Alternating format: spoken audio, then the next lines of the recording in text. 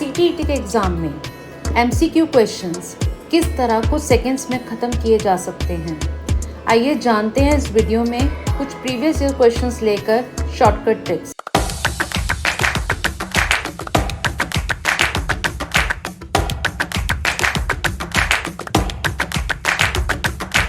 First question जो मैं previous year question से ले रही हूँ वो है, two numbers are in the ratio 3:5। Two numbers are there जिनकी रेशो है 3/5। If 12 is added to both the ratio becomes 5:7। Find the sum of two numbers. अब वो नंबर्स बता रहा है कि मेरे पास पहले नंबर्स थे और उनसे मुझे रेशो मिली 3:5। उसके बाद मैंने उसमें 12 ऐड किया दोनों में, तो मेरी रेशो बन गई 5/7। तो पहले उसके पास नंबर्स थे, ठीक है, और नंबर्स ने उसे रेशो दी थी 3:5। तो मैं क्या करूँगी, अगर मेरे पास रेशो है 3:5 तो मैं इसे लिख कैसे सकती हूँ 3/5। रेशो का मतलब यही होता है। अब ये 3/5 अगर दो नंबर से रेशो आ रही है तो क्या मैं इसको 3x/5x लिख सकती हूँ? बिल्कुल लिख सकती हूँ, क्योंकि x जो है वो कॉमन मल्टीपल है, वो कैंसिल हो जाएगा और रेशो 3/5 आ जाएगी। तो कोई भी कॉमन मल्टीपल मैं ले सकती हूँ। मैं यहाँ पे k भी ले सकती हूँ, मैं b भी ले सकती हूँ, मैं c भी ले सकती हूँ, कोई भी ले सकती हूँ, दोनों में आएगा वो। तो मैं यहाँ पर x ले लूँ। तो मैंने बोला let two numbers be 3x and 5x, ठीक है। तो मैं इनको लिखूंगी कैसे, क्योंकि इनकी रेशो मिली है मुझे 3:5। तो मैंने नंबर्स लिख दिए कि 3x और 5x थे, ठीक है। और वो कहता है इन नंबर्स के अंदर अगर मैंने 12 को ऐड किया तो मेरी रेशो बन गई 5/7। तो मैं न्यूमरेटर में भी 12 को ऐड करूँगी और मैं डिनोमिनेटर में भी 12 को ऐड करूँगी, क्योंकि if 12 is added to both numerator and denominator. Numerator and denominator क्यों आया, क्योंकि ये रेशो में है। रेशो में हमारे पास फर्स्ट नंबर जो होता है वो न्यूमरेटर बन जाता है, तो सेकंड नंबर होता है वो डिनोमिनेटर बन जाता है। तो अब हमने क्या बोला, रेशो बिकम्स।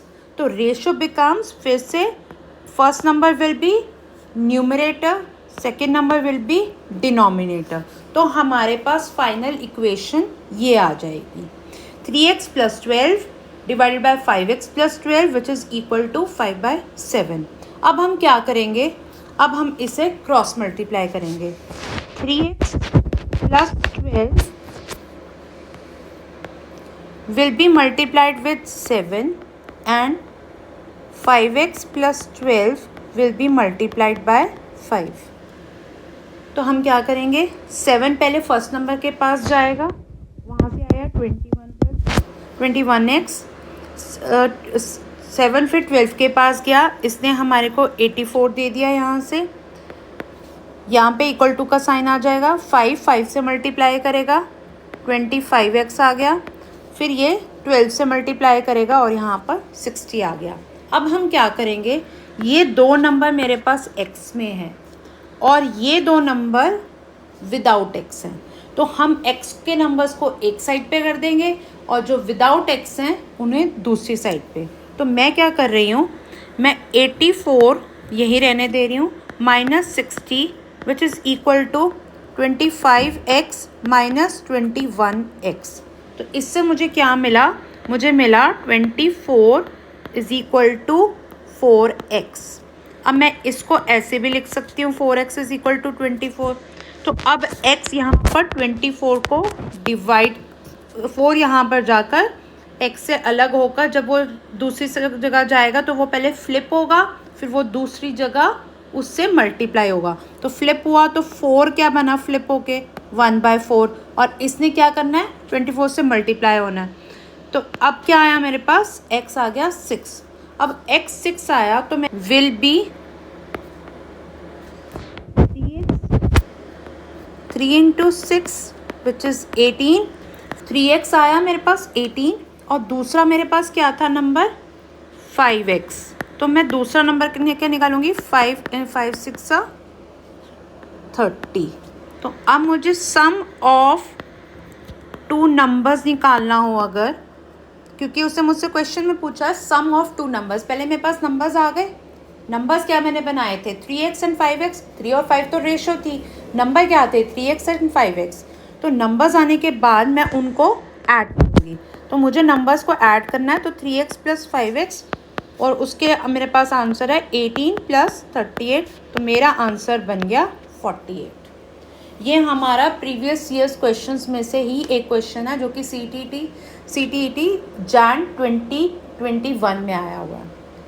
तो हमें रेशो से पहले नंबर्स पे जाना है, क्योंकि नंबर्स में ही नंबर ऐड होगा और फिर हमने उसको इक्वेट कर देना है नई रेशो के साथ। अब मैं आपके साथ दूसरा क्वेश्चन लेने जा रही हूँ। तो दूसरे क्वेश्चन में मेरे पास दिया है mark price of an article is 840। Mark price क्या होती है, जो हमारा जो भी कोई भी हम आर्टिकल लेते हैं उसके ऊपर एक प्राइस लिखी होती है, उसे बोलते हैं मार्क्ड प्राइस, और वो है 840। और शॉपकीपर ने उसके ऊपर मुझे क्या दिया, डिस्काउंट दिया 15% का ऑन द मार्क प्राइस। और फिर भी डिस्काउंट देने के बाद भी उसने प्रॉफिट बना लिया 19% का। तो वो आर्टिकल की कॉस्ट प्राइस क्या थी। कॉस्ट प्राइस का क्या मतलब हुआ कि एक्चुअल प्राइस क्या थी उस आर्टिकल की। ठीक है, तो हम क्या करेंगे, इसका एक शॉर्टकट है, और वो शॉर्टकट क्या है और वो कब लगेगा। अब हमारे पास यहाँ पे पहले आप देखेंगे कि यहाँ पर हमारे पास 3 चीज़ें दी गई हैं। मार्क प्राइस दी गई है, ठीक है, हमारे पास डिस्काउंट दिया गया है, हमारे पास प्रॉफिट दिया गया है। ये शॉर्टकट तभी लगेगा जब ये 3 वैल्यूज़ हमारे पास दी होंगी कि मार्क प्राइस दी है, उसके ऊपर डिस्काउंट हो रहा है, फिर भी जो शॉपकीपर है वो कुछ प्रॉफिट बना रहा है और वो हमसे कॉस्ट प्राइस पूछ रहा है। तो हमारा जो कॉस्ट प्राइस है उसका फॉर्मूला बनेगा cost price is equal to mark price into 100 minus discount percent upon 100 plus profit percent. अब ये आया क्या, कैसे, आप ये देख सकते हैं कि अगर मार्क प्राइस के ऊपर उसने मुझे डिस्काउंट दिया तो उसमें से हम सेलिंग प्राइस निकाल सकते हैं। अगर मेरे पास मार्क प्राइस है ₹840 और मेरे पास डिस्काउंट है उसके ऊपर इन परसेंटेज 15%, तो मेरे पास सेलिंग प्राइस कैसे आएगी। Selling price will be mark price 1 minus discount percent upon 100। अब मेरे पास क्या है, यहाँ पे सेलिंग प्राइस मुझे निकालनी हो अगर यहाँ से, तो मैं यहाँ पे वैल्यू सब्स्टिट्यूट कर दूँगी। अब अगर मुझे ये प्रॉफिट परसेंट वाला सॉल्व करना हो तो भी मुझे अगर सेलिंग प्राइस निकालनी है, ठीक है, तो कॉस्ट प्राइस और प्रॉफिट परसेंट के साथ क्या होता है, प्रॉफिट परसेंट अपॉन 100। अगर मैं ये दोनों वैल्यूज़ को इक्वेट कर दूँ, ठीक है, तो मेरे पास क्या आ जाएगा, मेरे पास यही फॉर्मूला आ जाएगा। क्या आ जाएगा, cost price is equal to mark price into 100 minus discount percent upon 100 plus profit percent. तो आप इसमें वैल्यू डाल सकते हैं। वैल्यू क्या है, मार्क प्राइस क्या है हमारे पास 840, 100 माइनस 15% और यहाँ पर क्या है 100 प्लस 19। तो अगर अब मैं इसको सॉल्व करूँ, 840 मल्टीप्लाइड बाय 85 अपॉन 190, आप इसे जब सॉल्व करेंगे तो उससे आपकी कॉस्ट प्राइस आ जाएगी। तो इसका आंसर आ जाएगा, आप इसको सॉल्व करेंगे तो ₹600। तो एक शॉर्टकट लगाने से इतना क्वेश्चन सिंप्लीफाई हो गया। सिर्फ हमें ये ध्यान रखना है कि हमें दिया क्या हुआ है और हमसे पूछ क्या रहा है, उस हिसाब से हमने एक शॉर्टकट को तैयार किया है कि हमारे पास दोनों में से सेलिंग प्राइस आएगी। जब हम दोनों सेलिंग प्राइस को इक्वेट करेंगे तो हमारे पास एक न्यू फॉर्मूला बन जाएगा। हमें दोनों को अलग अलग सॉल्व करने की ज़रूरत नहीं, हम उसको एक ही फॉर्मूला में सॉल्व कर लेंगे और उसका आंसर निकाल लेंगे। इस तरह से हम काफ़ी सारे स्टेप्स और काफ़ी सारा टाइम बचाकर एक सही आंसर निकाल सकते हैं। आइए देखते हैं क्वेश्चन नंबर 3। अब क्वेश्चन नंबर 3 में हमें दिया है a number is first increased, पहले हमने उसको इंक्रीज किया किससे, by 10%, and then decrease by 10%, पहले इंक्रीज हुआ और फिर डिक्रीज हुआ, then the number will be, what will be the number, ठीक है, क्या नंबर होगा अगर मैं किसी भी नंबर को पहले 10% से इंक्रीज कर दूं और फिर उसे 10% से डिक्रीज कर दूं। ये हमारा CTET जैन 2022 का क्वेश्चन है।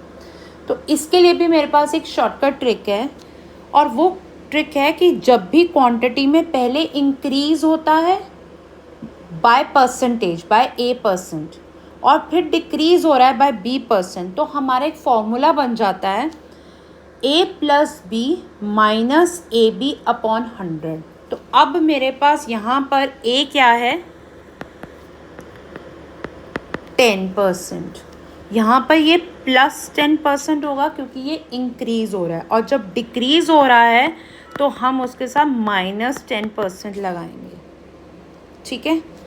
अब माइनस AB अपॉन 100, अब माइनस इसमें मैंने पहले ही लिख दिया, अदरवाइज़ ये यहाँ पर B अगर नेगेटिव होता है तो माइनस आ जाता है। तो फॉर्मूला वैसे क्या होता है, A+B प्लस AB अपॉन 100। तो अगर A इंक्रीज हो रहा है तो ये प्लस होगा, अगर B जो है वो डिक्रीज हो रहा है तो ये साइन क्या आएगा, माइनस। तो फिर यहाँ पर भी हमारे पास माइनस AB अपॉन 100 आ जाएगा। तो अब इसे सॉल्व कैसे करेंगे, इस ट्रिक को लगा के हमने पहले किया 10 minus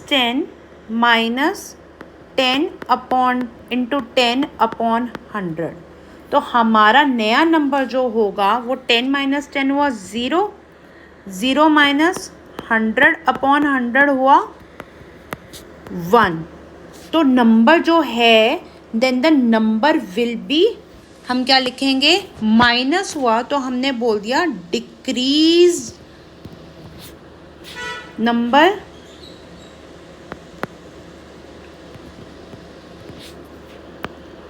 will be decreased by 1%।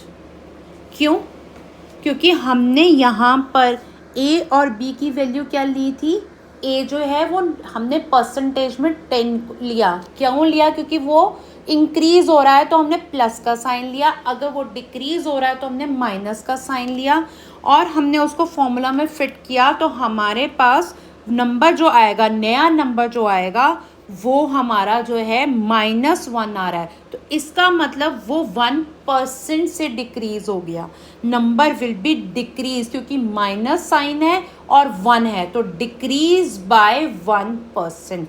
तो ये हमारा overall percentage is given by, इससे हमें परसेंटेज मिलती है कि नए नंबर की जो परसेंटेज है वो डिक्रीज कर गई, अगर +1% होता तो हम इंक्रीज करते। तो देखा आपने कि हम कुछ शॉर्टकट ट्रिक से MCQs को कितने सिंप्लीफाइड वे में सॉल्व कर सकते हैं, और एक तो हमारा टाइम बचेगा और हमारा आंसर भी जल्दी आएगा, और आंसर हमेशा करेक्ट आएगा। हमें ध्यान क्या रखना है, कौन सा शॉर्टकट ट्रिक कहाँ पर लगना है, इस चीज़ का ध्यान रखना है। और आप अगर मेरी वीडियोस को फॉलो करेंगे तो आप और ऐसे शॉर्टकट ट्रिक्स सीखते रहेंगे। मुझे कमेंट करके बताइएगा कि आपको ऐसी वीडियो से कैसे हेल्प मिलती है और कौन से क्वेश्चंस में आपको मैं हेल्प कर सकती हूँ। Thank you, follow for more.